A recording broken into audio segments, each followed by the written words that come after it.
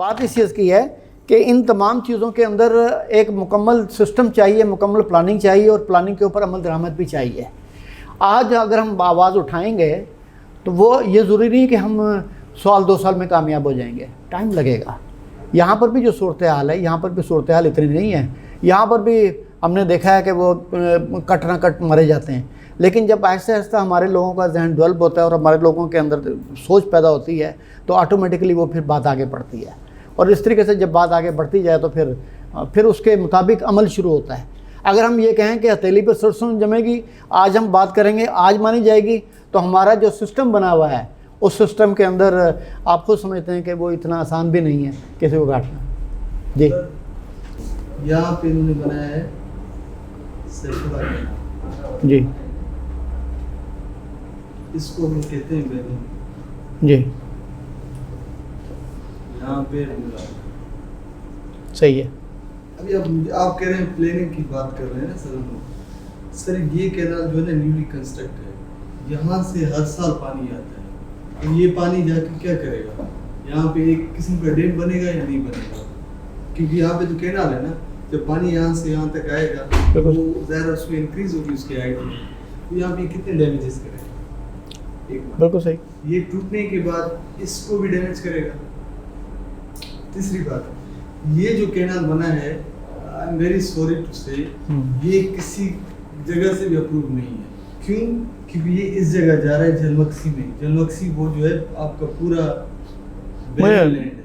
सिर्फ कुछ लैंड्स को इरिगेट करने के लिए ये जो कीथर कैनाल का पानी है जिसको यहाँ पे जाना चाहिए, ये क्या हो रहा है? सही है। दोनों चीजें मैं आपको सिर्फ उसके इंटीमेट करने के लिए कि फ्लड्स इसकी वजह से भी आते हैं, पानी की शॉर्टेज जो है ये देखिए कैसे यहाँ से कट पा रहा है। बिल्कुल सही बात है। हालांकि ये इस पानी को अगर हम विजिट किया, हाँ, हम ये में ये हेडबाग है यहाँ पे, हाँ जी, एक एरिया है हेडबाग के नाम से, तो ये सोच है। सही बात है, आप सही कह रहे हैं। चीज़ है चेक डैम बनाने की। एक कहीं पर अगर हमने अच्छे तरीके से मुख्तलिफ जगहों पर साइटें देख के वो काबू कर ली हैं, उसके बाद ज़्यादा हम प्रोसेस में जाएंगे तो उसके लिए तो हम स्टडी करें, लेकिन पहले मोटी मोटी जगहों पर तो हम स्टडी कर लें। एक सिंपल बात है, उसके लिए सिर्फ आपको एक ब्रेक लगाना पड़ेगा। जगह जगह पर आप 10-10 मील के फासले पर, 5-5 मील के फासले पर अगर ब्रेक लगाएं तो क्या ख्याल है हम रोक नहीं सकते। आज जिस तरह हमारा रावी और सतलुज को मैं यहाँ की मिसाल दे रहा हूँ कि हमने खुश्क हो गया है, इंडिया के पास चला गया है। 200 मील रावी और 200 मील सतलुज, ये हमारे पास पूरी बेल्ट है जहाँ से पानी इस वक्त खुश्क हुआ है। तो ये समझ लें कि, और हम ज़मींदारों को कहते हैं, मैं पंजाब की बात कर रहा हूँ, कि जी आप फ़िश फार्म बनाएं, उसके लिए करोड़ों रुपए की हम उनसे लोन और दूसरी चीज़ें देते हैं। तो हमारे पास ये 400 मील की बेल्ट है, 200 मील रावी पर और 200 मील सतलुज पर। ये तो बेहतरीन बनाया हमारे पास एक फ़िश फार्म बन सकता है। यहाँ कितनी फ़िश पैदा होगी और कितनी यहाँ के एनवायरनमेंट चेंज होगी। इसी तरीके से चीज़ यह है कि जब ये पानी आता है तो हम वहाँ पर क्या होता है, काजवे बनाते हैं बलूचिस्तान में आमतौर पर। जहाँ गड़ा देखा वहाँ बना लिया। वहाँ कितना पानी है कितना पानी नहीं है उसका हमने कोई ख्याल नहीं किया, हमने बना लिया वो काजवे बना कर। तो हमने वो किया, मिट्टी आई, मिट्टी से सारे जो इस तरीके से पोजीशन है, कच्चे इलाके हैं, वो मिट्टी से फिलअप हुआ। 2-4 साल बाद 5 साल बाद हुआ जी वो फिल हो गया जी। काजवे किसी का काम करने का। सीधी सी एक चीज़ है कि जहाँ पर भी हम देखते हैं कि गड़े की गड़ा है इस हमारे नाले के साथ, उस बेहतरीन को हम अपने एक चेक डैम में शामिल कर सकते हैं। वो हमारा एक बड़ा रिजर्वायर कैपेसिटी बन सकता है। इसी तरीके से जब आप विज़िट करेंगे अपने अपने इलाकों में जहाँ जहाँ पर आप तैनात हैं, तो आप ऐसी दर्जनों साइट जो है उससे पॉइंट आउट कर सकते हैं कि ये जगह ऐसी है जहाँ पर हमें इसके ऊपर हम चेक डैम बना सकते हैं, हम बाकायदा छोटा सा मीडियम डैम बना सकते हैं। ये तमाम साइट्स आप चेक करके बाकायदा मॉनिटर कर सकते हैं। उसके लिए मैं आपको बिल्कुल दावत देता हूँ कि अगर आप हमसे रब्ता कर रखें उस चीज़ का, तो हम उस चीज़ को भी बाकायदा हाईलाइट करते जाएंगे। एक बात मैं आज ही बात कर रहा था कि हमारे अंदर वसाइल बेइंतहा हैं, किसी वसाइल की कमी नहीं है, बेइंतहा वसाइल हैं। हमारे अंदर इत्तेहाद की कमी है। अगर मैं ये समझूंगा कि मैं अपनी अकेली ज़ात के अंदर सब कुछ कर लूँगा, या हम जो 10-15 बंदे हैं हम सब कुछ कर लेंगे, जबकि ऑक्टोपस की तरह एक सिस्टम ने जकड़ा हुआ है, तो उसके लिए हमें इत्तेहाद की ज़रूरत है। मालूमात पहुँचाएँ ताकि उसे हाईलाइट किया जाए।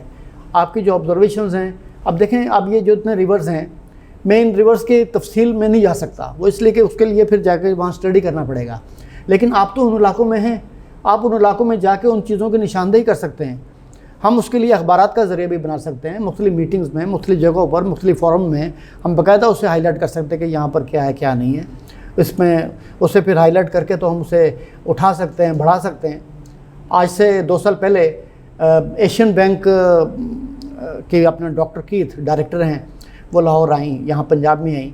उन्होंने कहा रावी अपना रिविटलाइजेशन और रावी बेसन, उसके लिए 10 मिलियन, उसके लिए $100 मिलियन का उनका प्रोजेक्ट था कि हम ये रावी को जो है दोबारा बहाल करने के लिए हम $100 मिलियन खर्च करेंगे। पूरा उनका तरीक़ाकार बड़ा अच्छा होता है। वो फुल डे प्रोग्राम बनाते हैं, 2 हिस्सों में तकसीम किया होता है। एक हिस्से में जनरल बात होती है, हर बंदा अपने अपने हिस्से की बात करता है, फिर उसके बाद वो 4-5 शोबों में तकसीम कर देते हैं जो उन्होंने सोचे होते हैं। फिर उसमें ये कहते हैं जो अपना पार्टिसिपेंट्स होते हैं कि आप अपना अपना शोबा चूज़ कर लें। मैंने देखा, हमें भी बुलाया गया था वहाँ पर, उससे हमने देखा, गौर किया, तो 2 शोबे उसमें अहम थे। एक के अंदर मैंने अपने साथी थे इंजीनियर इकबाल साहब थे, मैंने वहाँ उन्हें धकेल दिया और मैं एक शोबे में हो गया। उसके बाद जब बात हुई, उसे जब कंक्लूड करना था, यानी कंक्लूड करने के लिए भी 2-2.5 घंटे का वक्त था, तो उसमें मैंने कहा $100 मिलियन तो हम खा जाएंगे, ये तो कोई फ़ायदा नहीं है, ये तो हमने खा जाना है। खा के हमने, गवर्नमेंट ऑफ पाकिस्तान ने आपको $200 मिलियन देने, पे करने विद इंटरेस्ट। कहने कितना फिर प्रोजेक्ट होना चाहिए? मैंने कहा मिनिमम $10 बिलियन, ये $10 बिलियन का प्रोजेक्ट है। कहते ये $10 बिलियन तो वापस किस तरह होगा? मैंने उनसे कहा इंजीनियर्स के नज़दीक वो प्रोजेक्ट डेवलपमेंट प्रोजेक्ट है जो 5 साल में अपनी कीमत पे कर दे, जो 5 साल में अपनी कीमत पे कर दे, ये प्रोजेक्ट है। उसके बारे में कि मैंने कहा ये इलाका तो ऐसा है, पूरी दुनिया के अंदर जो दरिया के किनारे की आबादी है वो बेहतरीन होती है, लेकिन हमारे मुल्क के अंदर दरिया के किनारे जो है बिल्कुल टके टोकरी है। अगर यहाँ बनाएंगे तो यहाँ हर 5 स्टार होटल जो है अपना एक लिंक खुलेगा, तरतीब होगी। यहाँ जितना डेवलप होगा, ये तो 5 साल तो बड़ी बात है, उससे कहीं पहले हमने इसे पूरे कर देने। वो प्लान रखा, उन्होंने समझ आई, तो तकरीबन साल पहले उन्होंने बाकायदा मुझे भी उन्होंने कागज़ भेजा। तकरीबन $10 बिलियन का प्रोजेक्ट था पूरा।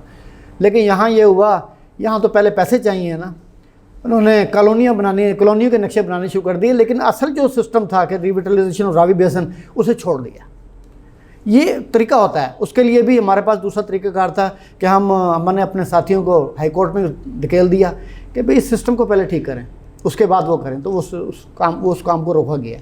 नहीं तो अगर दरिया के बीच में से जगह ले लेते, इंडिया की तरफ से माधोपुर से 6 लाख क्यूसिक पानी छोड़ सकता है, तो हमारे पास कैपेसिटी इतनी होनी चाहिए कि हम 6 लाख क्यूसिक पानी को हम एब्जॉर्ब कर सकें, किसी तरीके से उसे आगे बढ़ा सकें।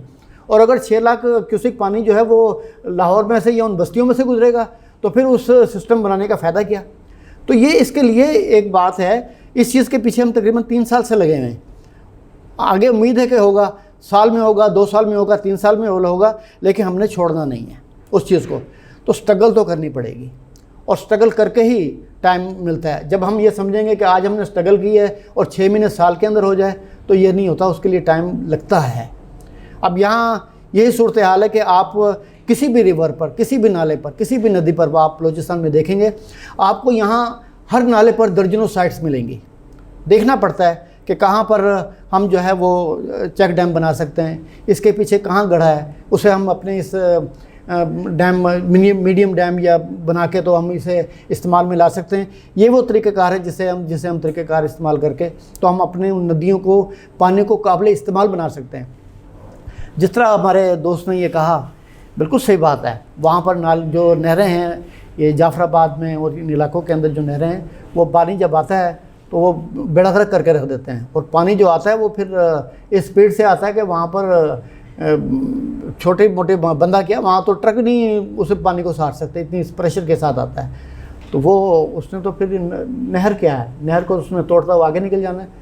उस पानी को हम क्यों ना इस्तेमाल में लाएँ, किस तरह इस्तेमाल में लाएँ, ये हमारा काम है कि हमने क्या ऐसी फिजिबिलिटीज़ बनाई हैं। फिजिबिलिटी के बाद आगे डिज़ाइनिंग का चक्कर चलता है, उसकी मंजूरी का चक्कर चलता है, लेकिन पहले उस चीज़ की निशानदेही तो हो। इंशाअल्लाह ताला हम आपके साथ पूरा करेंगे। वो इसलिए कि हमारे 4 हिस्से हैं। चारों हिस्से में से अगर किसी हिस्से को भी तकलीफ़ होती है तो वो हमारी तकलीफ़ है, और चारों हिस्से में से अगर कोई हिस्सा जो है वो इस काबिल होता है तो वो दूसरों को सपोर्ट करता है। अब आप ये देखें कि गंदम तो ज़्यादा पंजाब में पैदा होती है ना। Punjab is not only A province, it is the part of Pakistan. तो वहाँ से दूसरे इलाकों में जाती है जिसमें उस चीज़ की कमी है। तो इसी तरीके से अगर आपका ये इलाका और आपका इलाका 70 लाख एकड़ रकबा थोड़ा नहीं है, अगर ये आबाद होने लगे तो हम जो है अपनी ज़रूरत पूरी करने के अलावा हम तो पूरी जो हमारी जो इंटरनेशनल मार्केट है ये पूरे मिडल ईस्ट की, हम तो इसे कैप्चर करेंगे, इस पर कब्ज़ा करेंगे। लेकिन इस काबिल अगर हम होंगे तो इस वक्त हम मुश्किल से अपनी ही ज़रूरत को पूरी कर पाते हैं, लेकिन इतने जब वसी इलाके जो बेआबाद पड़े हों उन्हें हम आबाद कर लें ना कर पाएँ तो हम इसी मुश्किल में पड़े रहेंगे। अब ये नहीं कह रहे कि हम ये अगर करेंगे तो 5 साल में मसला हल हो जाएगा, लेकिन आहिस्ता आहिस्ता चलेगा। और इस दफ़ा जिस तरीके से तबाहियाँ आई हैं तो बड़े हल्के सोच रहे हैं कि क्या चीज़ है, तो बल्कि बड़ी इमरजेंसी के अंदर ये प्रोग्राम रखा गया नेशनल असम्बली के अंदर। ये मंडे को 15 तारीख को पूरा फुल डे प्रोग्राम है, उसके अंदर सारे बुलाए हैं कि हम इस चीज़ के ऊपर सोच विचार करें कि भी हमने करना क्या है, और इंशाल्लाह ये आवाज़ हम वहाँ पर भी उठाएँगे इस बात की। फिर आप ये देखें, ये जितनी आपकी पहाड़ियाँ आती हैं, बारिशें होती हैं, दुनिया ने क्या किया है कि उनके स्टेजेस बना लिए हैं। स्टेजेस बनाकर उन्होंने बाकायदा सिर्फ वो पहाड़ी के ऊपर दरख्त नहीं लगाए, बल्कि स्टेजेस बनाए हैं। उसके अंदर यह है कि वो सब्ज़ा भी बना है, उनके रास्ते भी बने हैं, और उन्होंने उससे भरपूर लिया है। और नीचे आप देखें वहाँ पर भी जो हल्के आते हैं तो वहाँ पर भी उन्होंने, इसे सवेल कहते हैं, वहाँ पर उन्होंने रोक लगा के उन्होंने पानी किया ताकि ये पानी इधर हो फिर आगे चला जाए। उससे ये होता है कि उस बेल्ट को पानी की सीपेज आहिस्ता आहिस्ता मिलती रहती है और वो बेहतरीन तरीके से होता है। आप अपने जो बिल्कुल पहाड़ी के एक दामन में या पहाड़ी के स्लोप पे जो लोग रहते हैं वो भी अपने सिस्टम को प्रोवाइड कर सकते हैं। बल्कि ये चीज़ मैंने आपकी जो चकवाल साइड के ऊपर और ये जो खुशाब के ऊपर के इलाके हैं उन्हें मैंने कहा कि भी आप मुझे विज़िट करा लें, आपको वहाँ बारिशें अच्छी खासी होती हैं, गट्ठे की पहाड़ियाँ वगैरह जो हैं वो आप दिखाएं, तो वहाँ पर मैं चूज़ करके बता दूंगा कि भाई आप कहाँ पर जो है ना आप अपने बारिश के पानी को रोक के तो आप अपने लिए इस्तेमाल में ला सकते हैं। सिर्फ लेवल देखना पड़ता है, लेवल देखें, लेवल देख के हम पानी को हम इस्तेमाल के अंदर ले आएँ, यह तमाम चीज़ करेंगे। फिर एक और चीज़ है, ख़ास तौर से आपका ये जो हरनाई वगैरह का इलाका है, कोयटा का इलाका है, मस्तूंग तो खैर वो तो खुश्क ही है, वो तो बड़ी स्पीड से पानी आगे निकलता जाता है, लेकिन वहाँ पर भी मेरे ख्याल 500 से 500-600 फुट पे पानी मिल जाता है मस्तूंग में, इससे ज़्यादा ही है, 500-700 फुट बल्कि 1000 फुट तक चला जाता है पानी। अच्छा आप, लेकिन उसकी एक तय है, और पानी कितना आता है, कितनी स्पीड से पानी आता है। ये राइट साइड पे आप देख रहे हैं, एक ये छोटा सा बेहतरीन एक सिस्टम है कि हमने इस पानी को ज़ेर ज़मीन किस तरह पहुँचाना है। ये जो आपका इलाका है, जो आपका ये कोयटा का, राई का, पशीर का, लोरा जो पूरा बेसन है, ये इस बेसन के अंदर हमारे बारिशों के पानी को हम ज़ेर ज़मीन पहुँचा के अपनी हालत बेहतर बना सकते हैं।